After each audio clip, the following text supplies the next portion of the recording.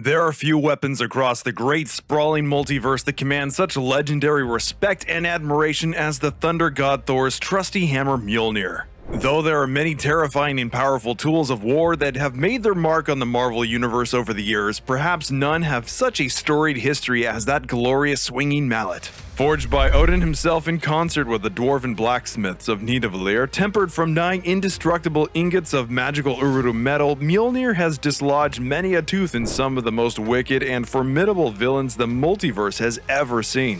Thor Odinson himself was born to brandish Mjolnir once he proved himself worthy of its power, and has been the poster child for Mjolnir's might for decades. Famously, Odin enchanted the hammer such that the weapon cannot be wielded by anyone unworthy of the power of Thor. Which means that any person able to lift Mjolnir is undeniably pure of heart and virtuous of spirit. So without further ado, let's dive into the Marvel vaults once again to discover who has been worthy to wield such great power. Striking in at number 10 is Beta Ray Bill. Besides Thor himself, Beta Ray Bill may be the most famous being worthy of the might imbued by Mjolnir. And although his first interaction with Thor would be anything but friendly, the two would eventually come to know each other as brothers. When S.H.I.E.L.D. director Nick Fury came to Thor asking if he would assist in checking out a potential extraterrestrial threat heading towards the solar system, Thor readily agreed. When he reached what appeared to be an alien warship, Thor was attacked without provocation. Boarding the vessel to investigate further, a strange alien humanoid calling himself Beta Ray Bill proceeded to battle Thor to a standstill, something few others in the universe could accomplish. Eventually, Thor became so lost in the fervor of combat that he allowed his hammer to leave his hands for more than 30 seconds. In the earlier versions of Thor, this was the amount of time allotted before the hunky, long-haired god reverted back to his mortal form of Dr. Donald Blake, a mild-mannered Earth physician. Now posing no match for the strange alien, Bill easily knocks out Thor's weaker alter ego in a single blow.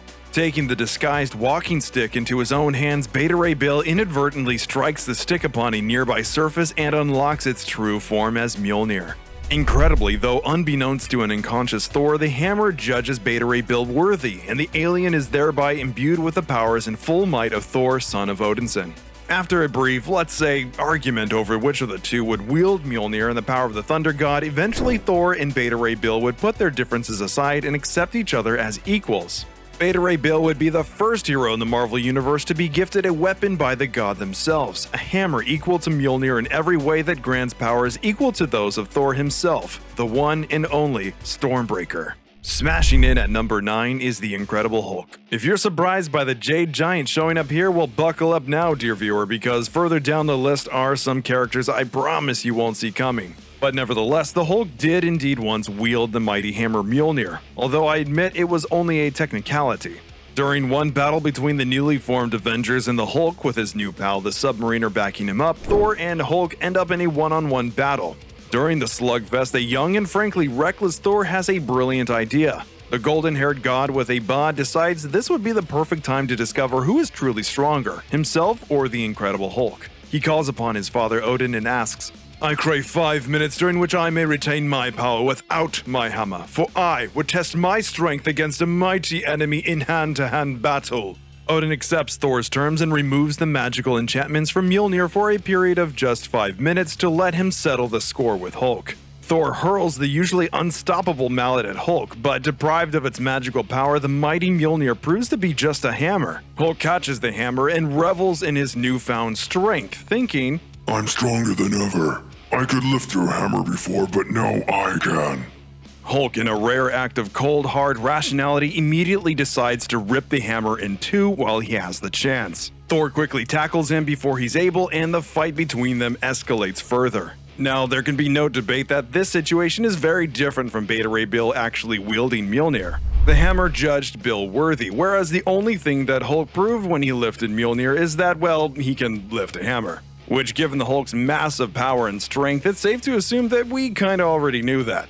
Still, the pantheon of beings who have ever wielded Mjolnir at all is incredibly small and exceedingly prestigious. It seems unfair to discount this incident when the Hulk really did, at least for a minute, lift the legendary hammer. As their fight raged on, neither Thor nor Hulk were able to get the best of their opponent. Eventually, the enchantments returned to Mjolnir, and Hulk found he could no longer lift the magical mallet. Alas, I suppose the old saying is true, Kermit. It's not easy being green. Which actually brings us to our next wielder. Same color, different size.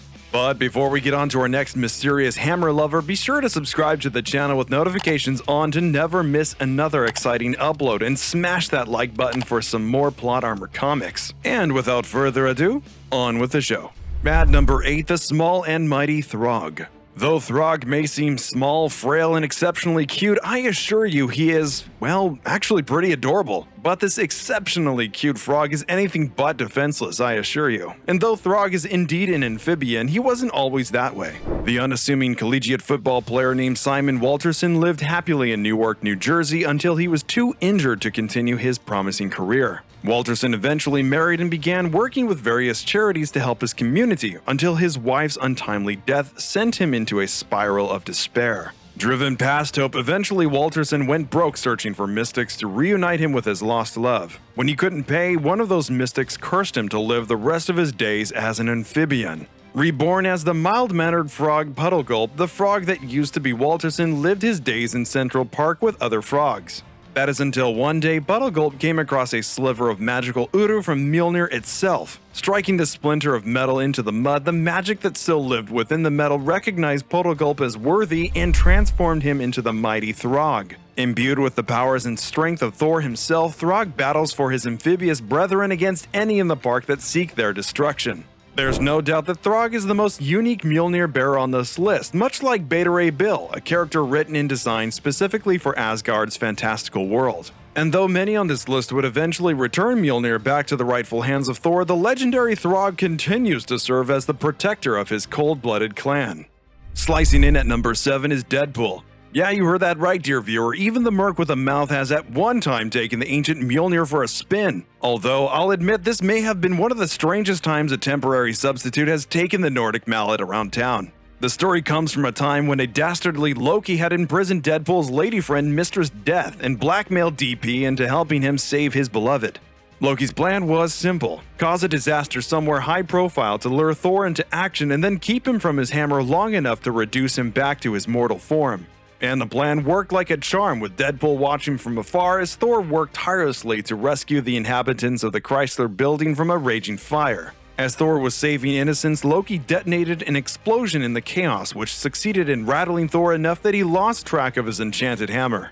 Deadpool, true to his end of the bargain, located the hammer and decided to try his hand at lifting the thing. To literally everyone's surprise, it worked. Deadpool flew off from the scene by the strap of the powerful Mjolnir, while once again the mighty Thor was reduced to mild-mannered Donald Blake amidst the rubble and ash of Loki's explosion. Deadpool spends his time with the hammer mostly fooling around, as Deadpool tends to do. First and foremost, he goes to Taco Bell, but soon after he tries to infiltrate Avengers Mansion as Thor, which does not go well. When Donald Blake finally catches up to the merc with a mouth, Loki's plans are revealed in full. Releasing Mistress Death so she can feed on Thor's mortal form, Deadpool eventually revolts against his blackmailer and uses Mjolnir to free Donald Blake from Loki's ingenious prison cell. When Thorpool flies himself, Donald Blake, and Mistress Death back to Earth, they realize the whole switcheroo had been a fake all along. The real Mjolnir still lies in the wreckage of the Chrysler Building, and Loki only used his illusions and enchantments to temporarily imbue Deadpool with the look and temporary powers of Thor. When Thor's hammer is retrieved, he uses it to smote Deadpool in a head-ringing, skull-smashing blow that sends the regenerating degenerate into a well-deserved timeout. Though even the villain of Deadpool's tale of thunderous power would one day see his own hand wield the hammer of Thor. Deceiving at number 6 is Loki. It may come as a shock to many to see the god of mischief included in a lineup of the most valiant heroes across time and space. Perhaps there is no greater antithesis to Thor's heroic spirit and selfless attitude than his egotistical, self-important half-brother. But rest assured, even Thor's most nefarious adversary was at times worthy enough to lift his brother's hammer. Loki's time in the proverbial sunshine came during Marvel's Axis event, in which a psychically supercharged Red Skull managed to invert the inner alignments of all of the Earth's most powerful heroes and villains. It was your classic who's who of mismatched Marvel icons. Avengers became assassins, X-Men became warmongers, and Loki became worthy. It's also worth noting that this tale of redemption takes place during a period in which Mjolnir had deemed Thor unworthy, so the Thunder God had taken to wielding his axe Jarnbjorn instead of his usual unusual weapon. While being chased across the battlefield by a hate-fueled Thor, the violent words of his brother fall upon the ears of a frightened and fleeing Loki. Thor yells, "You will suffer, your bones delivered to the icy pit that bore them. I swear it, you bastard abomination!" But though Loki seems to be running for his life, as always, he has a trick up his sleeve. With the assistance of the Enchantress, Loki teleports himself and his raging brother away from the cacophony of battle to the place where Mjolnir lies unlifted for some time, the moon. As Loki approaches the hammer, knowing it is his only shot at defeating the inverted Thor and living to see tomorrow, the god has a moment of introspection. Loki has held fast to the change in him, clung to it like a drowning man clutching at straws. Now it is time to sink or swim. And as Thor searches the landscape with murder in his eyes, Loki comes around the corner hefting a weapon that Thor never in a million years imagined his baby brother would ever carry. Understandably, this sight made an already pissed off god of thunder even angrier, and the battle between the two siblings would rage with a newfound fervor. At one point, Loki even offers his hand to a fallen Thor, extending an olive branch to hopefully repair some part of their damaged relationship. Evil Thor balks at the offer and uses the show of kindness to sucker punch Loki with a bolt of lightning, perhaps the first of its kind on the surface of the moon. Eventually, Loki triumphs over Thor, using his brother's own power to best him in combat. But even as Loki stood above the defeated Thor, the heroes back on Earth succeeded in ending the inversion. Loki drops the hammer, being reminded of a crime that he could never redeem himself from, and the mighty Thor is left with no memory of their encounter, writing off Loki's rambling story as mere trickery. Thus did the treacherous Loki once finally prove himself worthy of his brother's hammer, though no one would ever believe him. Thundering in at number 5 is Storm. Moving from Thor's literal sibling in Asgard to his spiritual one from the X-Men, Storm and Thor have always shared parallels that few others would understand. Not only do their powers interact with the same element, the two represent similar niches in their respective teams. Thor is a literal god and one of the most powerful Avengers to join the team, and Storm having once been worshipped as a goddess whose Omega-level mutant status makes her not just one of the most powerful X-Men on the team, but one of the most powerful mutants ever. The two have an unspoken and often unacknowledged kinship to one another, which took physical form in the creation of Stormcaster. Much like Beta Ray Bill's Stormbreaker, the mallet Stormcaster is an Asgardian hammer equal to Mjolnir in most ways, forged by a not-so-worthy Loki to tempt Storm with power beyond her wildest dreams. After Asgard was destroyed in the events of Siege, Thor uncovers a mysterious box in the rubble with Storm's name written upon it. Dutifully taking the chest to Wakanda and presenting it to the Queen, the two lightning bolt enthusiasts find Stormcaster lying peacefully within. Thor warns that Loki's enchantments can often persist through the ages, but Storm can't help but reach out and hold her hammer out once more. The damage is substantial as Storm, in a whirlwind of rain and lightning, transforms into her terrifying Asgardian visage. She strikes out with great force at Thor without warning, having once again been taken hold by Loki's curse. Thor follows hot on her heels as she takes to the skies, warning her to lay down her weapon or risk further confrontation. Ororo does not heed his warning, and the two do battle in the skies above Wakanda. When Thor gets close enough to Storm to try to reason with her, Ororo grabs hold of Mjolnir by its handle. Thor asks, "Take hold of thine senses and unhand Mjolnir." But Storm refuses. Instead, to Thor's amazement, the Queen of Wakanda moves Mjolnir as though it was her own and smashes Stormcaster to bits before his very eyes. Storm, the ever clear-eyed leader, proved strong enough to defy Loki's curse and showed herself worthy to wield Mjolnir itself. This example also shows that Storm, like another heroine who will be appearing on this list shortly, is not only worthy of Mjolnir, but is wise enough to not covet the power it provides its carrier. Proudly wielding at number 4 is Steve Rogers. You didn't think we'd forget the most dramatic Mjolnir wielder of them all, did you? Of course not.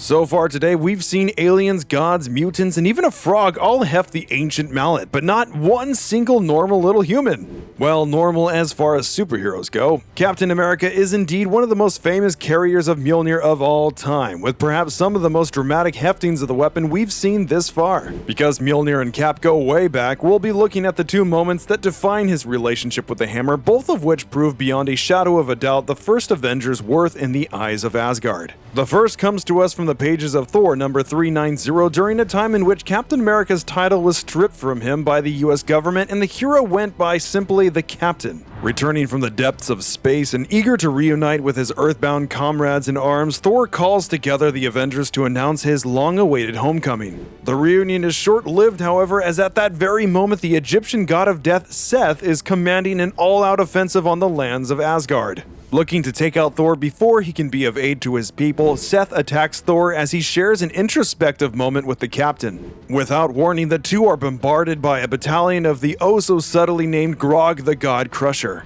With the aid of fellow Avenger the Black Knight, Cap and Thor bravely fend off against the armies of Grog until they are overwhelmed by the sheer number of assailants. Grappled and kept away from his mighty hammer, Thor struggles against his captors, knowing that if he stays out of contact with Mjolnir for too long, he'll revert back to Donald Blake and the battle will be lost. Cap, recognizing the dire situation, resolves to somehow get Thor's hammer back in his hand. But just as Steve dives for the mallet, a dozen soldiers dive right on top of him. Everything seems hopeless for a moment until, exploding from the pile, Steve manages to lift Mjolnir from the ground and knock the attacking soldiers off his back in one fell swoop.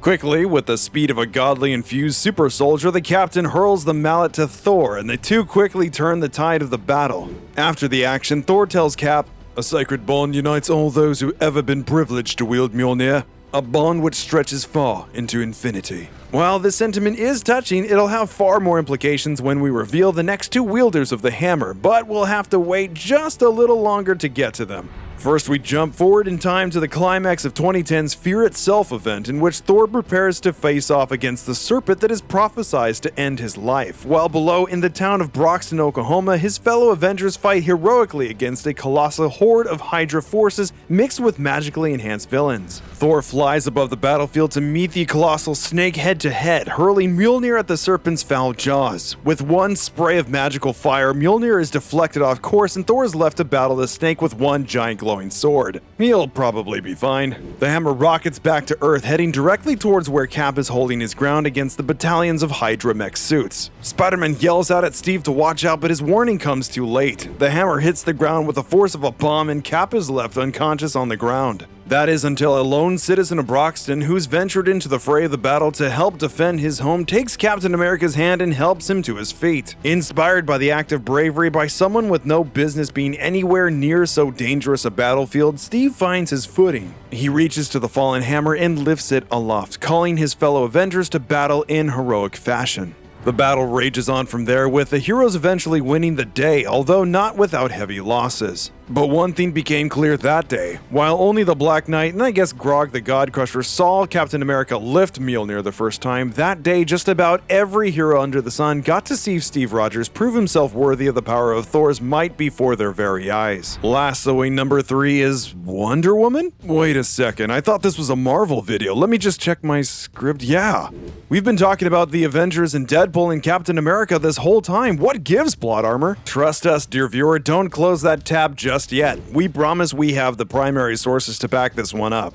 Though the times have long since passed, Marvel and DC used to regularly publish crossover series together. This idea to my 21st century ear sounds like magic, but it's true. In fact, there are some pretty good runs in which Marvel and DC allowed their characters to be used in tandem, leading to some otherwise impossible stories. Featuring epic team-ups and clashes between characters that are unlikely to see print together again for some time, if not indefinitely. The story we're interested in today comes from 1996 Marvel Comics vs. DC, and it starts with Thor facing off against DC's own resident myth, Shazam. The two are pitted against each other by cosmic beings intent on discovering which is most powerful, and they go blow for blow in the midst of a carnival fair. Clashing in the skies above, Thor presses a momentary advantage by aiming Mjolnir at a load-bearing beam of a Ferris wheel and toppling the structure onto Shazam. To escape being pinned down, the hero transforms himself back into Billy Batson and scrambles out of the wreckage unscathed. However, now that the God of Thunder knows that lightning is the key to Billy's transformation, he attempts to deflect the discharge of lightning Billy calls down with his next transformation by hurling Mjolnir at the bolt. Thor succeeds besting Shazam in combat, but his hammer mysteriously disappears as a result. Meanwhile, Wonder Woman notices a strange ancient hammer that appears at her feet, inscribed with an ancient spell. She bends to lift the mallet and inspect it more carefully, and lightning fills the sky. She stands, having been judged worthy by the all-seeing eye of Odin and the power of Mjolnir imbued with the full might of Thor. The result? Somewhat anticlimactic, I hate to say.